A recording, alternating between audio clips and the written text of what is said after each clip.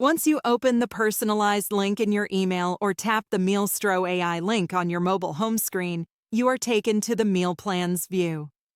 By clicking the Go to Meal Plan button, you move to the Meal Plan Details page. Recipe details are shown on each meal plan details page, shopping list details page, and recipe detail page. In the recipe section, you see the recipe name along with an image.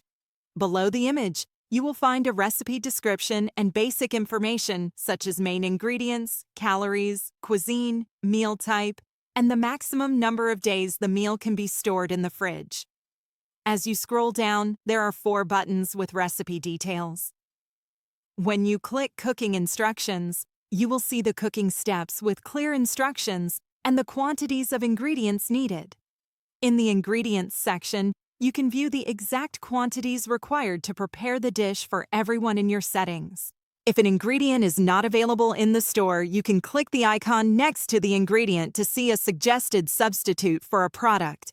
The Recommended Portion Size button shows how much food each person in your plan needs, based on the profile settings you set up. MealestroAI also gives you tips for meal preparation and storage. In the leftover suggestions, you will find ideas on how to use leftovers, so you do not have to eat the same dish again. This, along with exact ingredient quantities for plan members, helps to reduce food waste and save money. If you choose the Cook Once, Eat Twice option in your settings, you get detailed batch cooking instructions for meals that can be prepared together, saving time in the kitchen. Clicking the Batch Cooking Instructions button shows step-by-step instructions for preparing meals together. On the Shopping List Details page, products for our recipes are grouped by department, and recipes included in the shopping list are shown. If you have added information about products in your fridge or on sale at our grocery store before meal plan generation, those products are marked on the shopping list.